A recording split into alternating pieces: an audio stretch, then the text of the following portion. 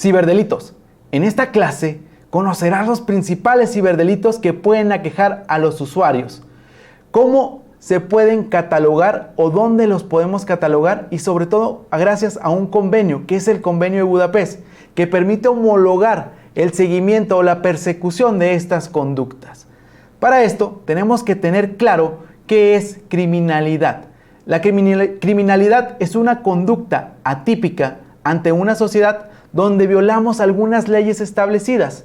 Por ejemplo, tenemos desde tiempos antiguos la parte del Código de Hammurabi o la Ley de Talión, donde viene la famosa frase de ojo por ojo, diente por diente. De ahí fuimos pasando a diversas etapas de la parte del derecho. Por ejemplo, aquellos juicios donde te señalaban una comunidad que puede ser culpable. Y hasta llegando a la era moderna del derecho procesal, donde ya tenemos una serie de leyes que me dicen que cierta conducta puede ser un delito.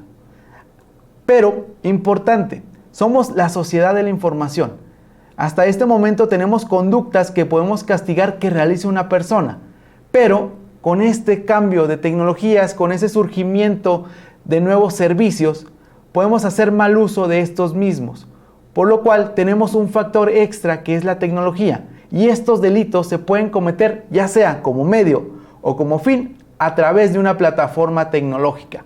Por ejemplo, podemos tener un fraude común, donde una persona llega y te vende un talón, por ejemplo, de una rifa, y esa rifa nunca se lleva a cabo.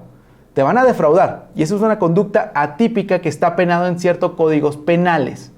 Pero, si traspasamos eso a la parte tecnológica, donde una persona pueda subir un sitio y poner a la venta, no sé, boletos de avión, poner a la venta hoteles, donde tú compras, que pienses que es una página segura, original, compras y no te regresan el dinero o no te mandan esos boletos.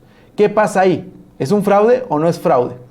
Algunos códigos penales o algunos países llevan esa conducta como un fraude, solamente que tiene como medio o se realizó a través de una computadora. Y esto lo hace una persona. Para esto tenemos alguna serie de códigos que vamos a ver más adelante que tratan de homologar estas conductas. Pero es importante tener en claro por qué es tan redituable esta parte de la cibercriminalidad o este factor externo que genera una persona detrás de un sistema de cómputo, porque los hace sobre todo es de fácil comisión. No te expones.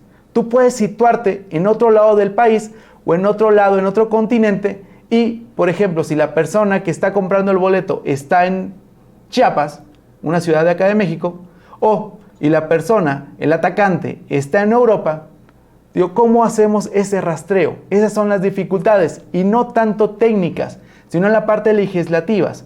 ¿Cómo los países pueden entablar esa conversación para perseguir esa conducta? ¿Y qué conducta es? ¿Qué tal si yo lo tomo acá en México como fraude y en Europa lo tengo catalogado como otro delito?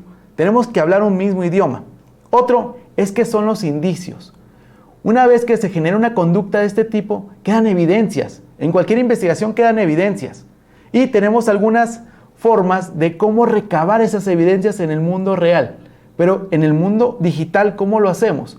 Hay que tener en cuenta un factor importante, que es la volatilidad de la información. Por eso, debemos de tener, o tú también como todo un pentester, debes de saber identificar estos indicios. Hemos escuchado, por ejemplo, algunos ejemplos donde un banco, un hotel, ha sido víctima de un ataque de phishing, de ingeniería social, ingresan a sus cuentas. En este caso, roban dinero, X cantidad, pero ¿qué pasa?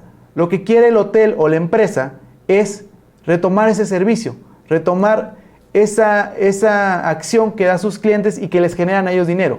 ¿Qué es lo primero que hacen? Restaurar el servidor y dejarlo completamente nuevo. Y las evidencias se pierden. No tener este control de evidencias en una investigación es vital, por lo cual también se deben de capacitar en la parte de pruebas digitales y saber cómo llevar a cabo una buena elaboración y una buena cadena de custodia digital. Para esto tú como pentester debes de tener en cuenta de que al momento que hagas una prueba de seguridad y descubras que no eres el único que hizo una intromisión, que hay una persona más, no solamente reportar, que es importante, hay que reportar, pero hay que tener acciones de cómo evitar que se pierda esa información o esos indicios. Ahora, lo que hablamos, cómo hablar el mismo idioma entre diferentes países.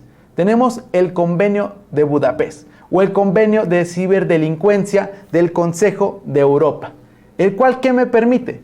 Me permite entre diferentes países de la Unión Europea tratar de hablar el mismo dialecto, de que si se comete un delito en España y si se comete un delito en Alemania, cómo los países, cómo las organizaciones que se encargan de investigar esos delitos puedan coordinarse.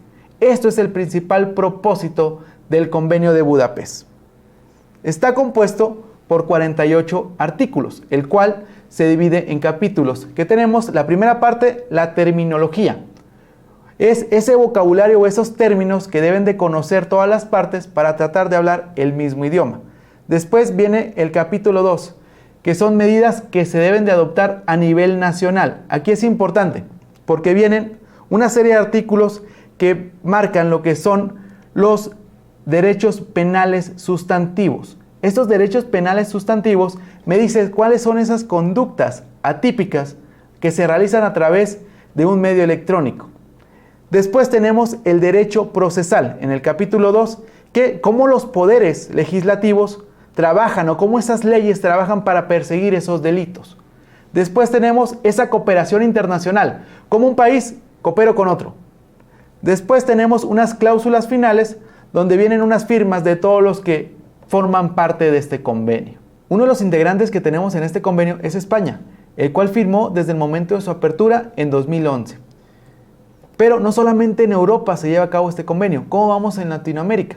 Desde 2004, la OEA, o Organización de los Estados Americanos, hizo recomendaciones a Latinoamérica, sobre todo a los ministros de justicia, de que se adhirieran a este convenio, de los cuales uno de los que hizo caso fue República Dominicana. En 2013 se convirtió en el primer país de América Latina que se adhirió a este convenio, en los cuales hizo reformas a su legislación para poder adherirse. Tenemos en 2008 que España también hizo una reforma por ahí importante en cuanto a las leyes sustantivas penales del Convenio de Budapest. Tenemos también a Colombia, que por ahí realizó una enmienda en su código penal o en el código donde se generan esas conductas atípicas mediante la ley 1273 y el Código de Procedimientos Penales de 2011 mediante la ley 1453. En México, ¿cómo vamos? En México se hizo la recomendación, pero hasta este momento no ha firmado el convenio. Tenemos algunos puntos que concluir. Tenemos un código penal que vienen algunas conductas, pero no del todo. Entonces nos falta en la parte de penal, en la del proceso penal, adherir algunas conductas en el derecho sustantivo. Y por último, tenemos las salvaguardas de evidencias digitales. Como te mencioné, es el objetivo de salvaguardar esa información, esas pruebas, esos indicios que pueden ser vitales para una investigación. Debemos de tener ciertas medidas o ciertas formas como un manual de qué hacer cuando nos encontremos con este tipo de evidencias. Una referencia importante, y les voy a poner en los enlaces, es la ISO 27037, donde se dice los pasos para realizar una correcta evidencia digital. Otro que tenemos es el RFC 3227, donde me dice también una serie de pasos donde yo puedo llevar una debida diligencia de estas evidencias digitales. El RFC 3227, sobre todo, algo que me gusta en lo particular, es que lleva una parte de un índice de volatilidad. Me dice, ¿sabes qué? Abócate a aquellos indicios que cuando tú apagues el equipo se van a perder. ¿A qué nos referimos con esto? A la memoria RAM. Entonces, es un documento de sumo interés que les recomiendo que lo lean para que sean todos unos, no forenses, pero sí unos expertos de cómo recabar esta información digital o estos indicios digitales. Te invito a que continúes en la siguiente clase.